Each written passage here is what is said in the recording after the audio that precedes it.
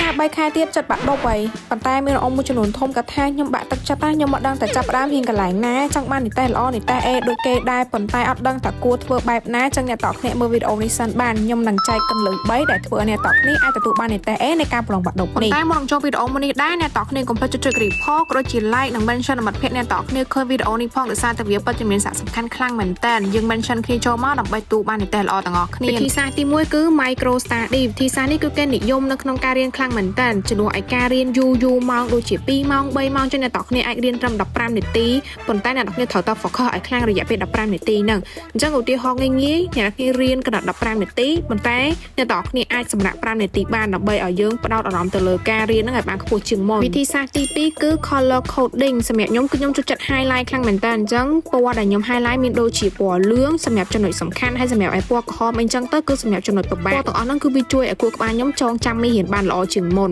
សម្រាប់វិធីសាស្ត្រទី3វិញគឺ walk and recall សម្រាប់ខ្ញុំកន្លងពេលដែលខ្ញុំហ៊ានតែងមេរៀនអីហ្នឹងគឺខ្ញុំចូលចិត្តនៅក្នុងការដើរតែងមេរៀនទៅវិញទៅមកចឹងណាដោយសារតែខ្ញុំគិតថាការផ្លាស់ទីក៏វាជួយឲ្យការចងចាំរបស់ខ្ញុំល្អជាងដែលខ្ញុំអង្គុយនៅស្ងៀមមើលមេរៀនហ្នឹងដែរចឹងសម្រាប់វីដេអូខ្ញុំថ្ងៃនេះដែរគឺមានតែប៉ុណ្្នឹងទេអរគុណច្រើនបាយបាយ